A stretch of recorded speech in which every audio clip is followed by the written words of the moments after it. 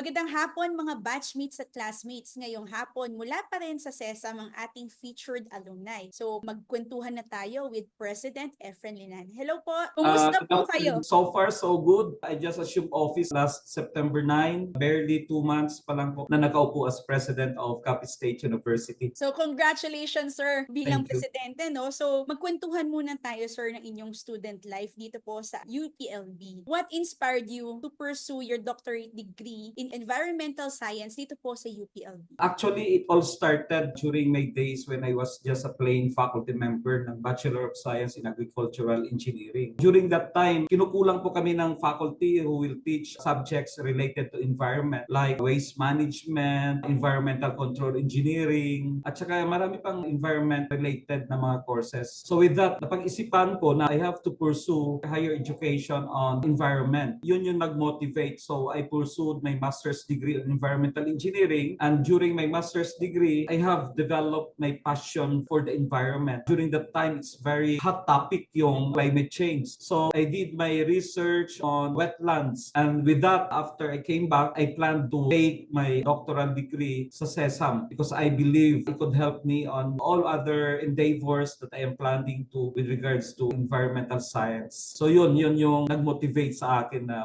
kumuha ng PhD on environmental science, specifically sa UPLB. Bakit UPLB po yung pinili niyo? Aside from the fact na may pangalan na, I have learned that talagang maganda yung offering ng SESAM, no, sa UPLB. Actually, during that time, I have another option. Pero pinili ko yung UPLB. Nakita ko yung campus, sa good environment, napaka-relaxing, conducive for learning. And then may namit ako na faculty, magandang kausap, parang very welcoming. Those factors talagang kumimbinsi sa akin na talagang I have to pursue my doctorate sa UPLB, particularly sa SESAM. Iba talaga yung appeal ng Yeah, environment sa parang ganun. UPLB. Hindi lang yung mismong environment, pati yung mga tao. Yes, exactly. Very welcoming. Pagpasok po lang sa office ng staff, napaka-welcoming ni Ate Malu. Yan, shout out po kay Ma'am Malu ng SESAM. So ngayon naman po, President, gusto ko lang malaman, how different is your undergraduate degree with your graduate degree dito sa UPLB? Actually, hindi siya malayo. It is vertically aligned. Kasi nga, one of our core areas of specialization sa agricultural engineering is environmental control engineering, where in fact, yung cognate ko na kinuha is on land and water resources engineering. Diyan din po sa CIAT, no? It is vertically aligned to my baccalaureate degree. Meron po ba kayong naalalang professor nyo sa Land and Water Division dito po sa SEYAT, sir? Kaya si Sir Victor Elia. Sir Former Elia. Chancellor, tama po? Tama, yes, Chancellor yes. Victor Elia. I have worked with him on my research special topic. Magaling din si Dr. Elia. It's nice working with him. Talagang magaling siya. Very accommodating din. May problema ako, talagang puntahan mo lang siya sa office. Then we discuss and everything goes well. Nakakatuwa. Very collaborative yung Yeah, correct. consultations nyo with them, no? Ngayon, sir, how was UPLB, most specifically ang SESAM, contributed sa inyong growth and success sa inyong naging career? Napakalaki yung naitulong na SESAM, no, on my growth and success. Siguro it's because first, tumatak sa akin yung interdisciplinary approach. Sa environmental science, talaga interdisciplinary approach. At saka during the time na after I had my school sa UPLB, bumalik ako sa my institution and I was designated as an Intellectual Property Management Office Director of the university.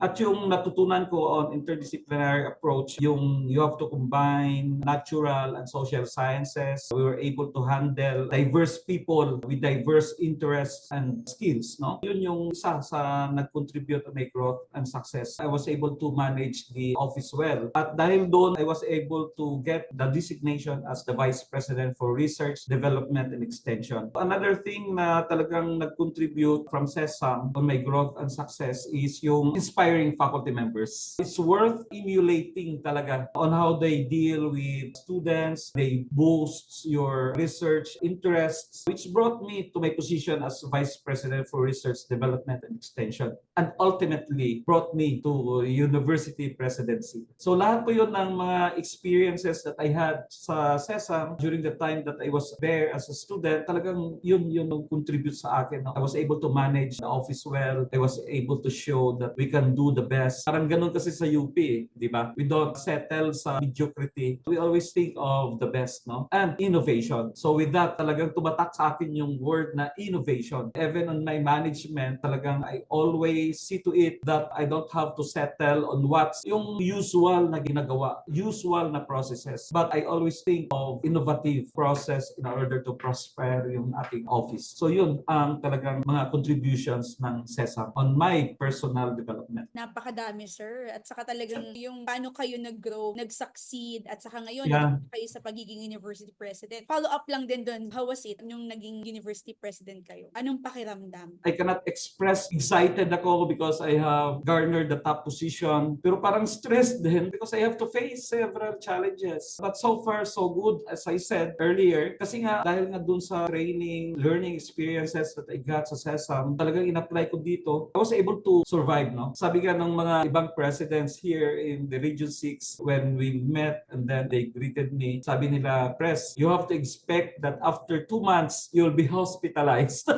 But no, sabi ko, I'll try my best, no? I'll just keep calm, focus on my work. And then, yes, now, barely 2 months, no? And I'm still alive and kicking and enjoying the position. And so far, satisfied ako. For a short term of time, I was able to make some changes, realignment, innovation, sabi nga, on the office. And nakikita ko naman yung mga tao, medyo happy na rin sila. President, we wish you well sa inyong term. And hopefully, Thank mas you. marami kayong matulungan, mas ma-inspire, especially dahil tatak UPLB kayo.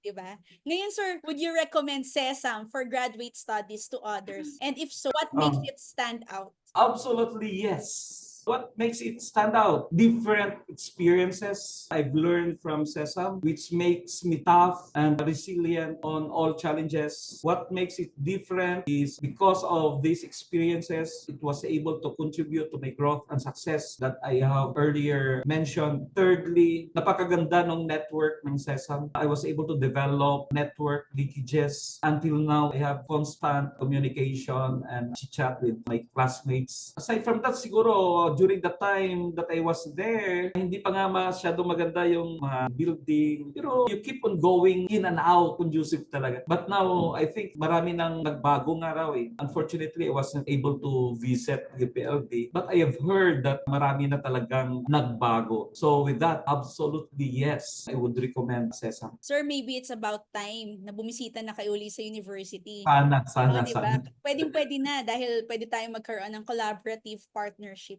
Yes, tama. Matutuwa ang aming chance pag ganyan. Ngayon naman, sir, in your own personal view, ano po ba ang defining traits ng isang tunay na tatak UPL? First is resilience, no? Tunay na tatak ng UPLB, we're able to stand during stress, no? We were able to withstand pressure. Secondly, open-mindedness. We are intellectuals or open to new ideas. Kahit nung una, pag nagkausap kami ng mga classmates namin, really a lot of new ideas come out. So, intellectuals. Then, yung tunay na tatak ng UPLB is the one who is displaying high level of consciousness. Less likely to be impulsive. I don't know with others, no? Pero yun yung na-develop ko na attitude, yung hindi ka masyadong impulsive, you have to think first before you have to answer, before you decide. Kasi mahirap na pag sumagot ka sa faculty na mali-mali ka. We are playing by the rules. Talagang you have to follow. Then careful and tend to make a plan. Isa yun sa environmental science na natutunan ko talaga. Because you don't have to consider only one factor, especially if you have to deal on environmental problem. You have to plan out, consider all other external and internal factors. We have high level of consciousness. And of course, the last one is excellence. Of course, talagang honor, Yeah. excellence, and Yes. yun na rin service talaga, sir. Kasi yan din yun naman yung usual nating ginagawa. Hindi lang natin sinasabi, pero part na talaga ng ating dugo yung tumulong Exactly. whenever we are needed. Kahit nga hindi tayo kailangan, tumutulong din tayo eh. Tama po ba? Tama. Talaga, that's the tatak ng UPLB. That's a trait that brought me closer to the people. Yes, exactly. At saka tingin ko, sir, malaki rin ang naitulong nan sa inyong career kasi mas marami ka pang natututunan and nakakatuwa din po na ating mga mga alumni ay talagang nagsaserve sa different positions sa academe, sa government, kung saan man. So ngayon, President, nakakatuwa po. Maraming pong salamat at pinaunlakan niyo po kami. Alam kong napaka-busy niyo pero nabigyan niyo pa rin kami ng oras dito sa aming segment sa Tatak UPLB. We are very honored to have you po. Ngayon, sir, syempre, hindi ko kayo pakakawalan ng hindi niyo ginagawa ang favorite na shoutout dito po sa Tatak segment, ang Tatak Shoutout. Ngayon po, President Linan, pwede ba naming marinig ang Tatak UPLB shoutout? Ako si Efren Linan, Certified Tatak UPLB.